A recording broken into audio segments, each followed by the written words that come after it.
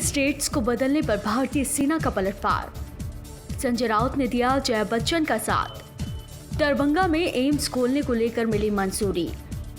Bill Gates ने corona से लड़ने के लिए मांगी भारत की मदद। ड्रग्स स्कैंडल में विवेक ओबरॉय के साले का नाम आया सामने। भारत चीन सीमा विवाद पर चीनी सेना लगातार भारत में घुसपैठ करने की कोशिश कर रही है, लेकिन रक्षा मंत्री राजनाथ सिंह ने आज लोकसभा में कहा कि सीमा विवाद एक गंभीर मुद्दा बन चुका है। हालांकि दोनों देश अब शांति पर सहमत हैं और बातचीत करने से ही विवाद को सुलझाना चाहते हैं। चीन ने अपना स्टेट्स बदलने का प्रयास किया था, लेकिन भारतीय जवानों ने इसे असफल कर दिया। चीन की कोई भी हरकत हमें मंजूर नहीं। राज्यसभा सांसद जया बच्चन के फिल्म इंडस्ट्री की सुरक्षा की मांग के बाद शिवसेना नेता संजय राउत ने जया बच्चन का समर्थन किया। संजय राउत ने कहा कि फिल्म इंडस्ट्री के बारे में कुछ लोग जिस तरह की अभद्र बातें कर रहे हैं, उससे केवल फिल्म इंडस्ट्री ही नहीं बल्कि देश की संस्कृति भी बदनाम हो रही है। सरकार को भी फिल्म इंडस्ट्री की सुरक्षा के लिए आगे आना चाहिए। बिहार में विधानसभा चुनाव से पहले वोटर्स को लुभाने के लिए सभी अपने अपने स्तर पर कोशिश कर रहे हैं। इसी कड़ी में केंद्र की बीजेपी सरकार ने लंबे समय से लंबित पड़े दरभंगा में एम्स खोलने को मंजूरी दे दी। 1264 करोड़ रुपए के बजट के साथ 4 सालों में तैयार होगा एम्स। इसमें करीब 750 बेड होंगे।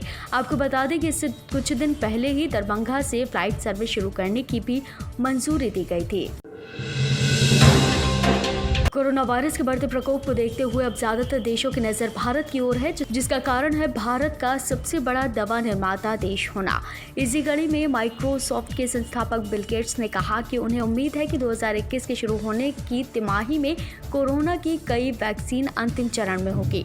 भारत दुनिया के बड़े टीका उत्पाद देशों में से एक है। कोविड-19 टीके के उत्पादन को लेकर हमें भारत के सहयोग की जरूरत है। बेंगलुरु सीसीबी के सामने कई बड़े नाम सामने आए हैं, जिसमें फिल्म निर्माता विवेक ओबरॉय के साले आदित्य का भी नाम शामिल है। सेंट्रल क्राइम ब्यूरो ने आदित्य आल्वा के घर पर छापेमारी की है। अब तक 5 लोगों को गिरफ्तार किया जा चुका है। आदित्य पर पार्टियों में ड्रग्स के कारोबार का आरोप है। फिलहाल फरार है आदित्य। भारत की विमानन सुरक्षा रेटिंग में सुधार लाने के लिए आज संसद में राज्यसभा ने एयरक्राफ्ट संशोधन विधेयक 2020 को मंजूरी दे दी। इस विधेयक में सशस्त्र बलों से जुड़े वायुयान कानून 1934 के दायरों से बाहर रखने की भी प्रावधान है। अब तक नए नियमों के अनुसार यात्रियों की सुरक्षा से खिलवाड़ करने पर 10 लाख रुपए की जगह 1 करोड़ का जुर्माना देना होगा। आज इंजीनियर्स डे के मौके पर देश के प्रधानमंत्री नरेंद्र मोदी ने भारतीय इंजीनियर्स को शुभकामनाएं दी। इसके अलावा पीएम मोदी ने आज अर्बन इंफ्रास्ट्रक्चर से जुड़ी 7 परियोजनाओं का भी उद्घाटन किया। साथ ही कहा कि पूरे देश के विकास के लिए लाखों इंजीनियर देता है बिहार। देश में महान इंजीनियर एम विश्वेश्वरैया की जयंती को भारत में इंजीनियर डे के रूप में मनाया जाता है। 19 सितंबर से अबुधाबी में शुरू होने जा रहे आईपीएल सीजन 13 का शेड्यूल जारी कर दिया गया है। पहले दिन मैच 3 बार की विजेता रही चेन्नई सुपर किंग्स और मौजूदा चैंपियन मुंबई इंडियंस के बीच होगा। कोरोना संकट के कारण पहली बार आईपीएल देश के बाहर खेले जा रहे हैं। खेल की तैयारियों का जायजा लेने बीसीसीआई अध्यक्ष सौरव गांगुली भी यूएई पहुंचे। लद्दाख के पूर्व क्षेत्र में भारत चीन के बीच विवाद को लेकर आज रक्षा मंत्री के बयान के बाद कांग्रेस के पूर्व अध्यक्ष राहुल गांधी ने पीएम मोदी को घेरने की कोशिश की। राहुल ने कहा कि रक्षा मंत्री के बयान से साफ है कि पीएम मोदी ने चीनी अतिक्रमण पर देशों को गुमराह किया।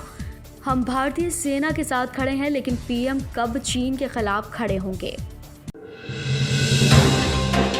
सुदर्शन न्यूज के शो बिंदास बोल पर सुप्रीम कोर्ट ने रोक लगा दी। बिंदास बोल के जरिए शो में यूपीएससी जिहाद को लेकर लगातार बात उठाई जा रही थी, जिसके बाद शो के खिलाफ याचिका दायर की गई, जिसके बाद सुप्रीम कोर्ट ने यूपीएससी जिहाद कार्यक्रम में पहली नजर पर विषैला और समाज में बंटवारा करने वाला बताया।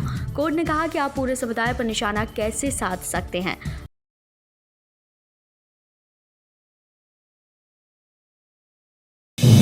आप देख रहे हैं नेट्रिक न्यूज, साहस सच कहने का।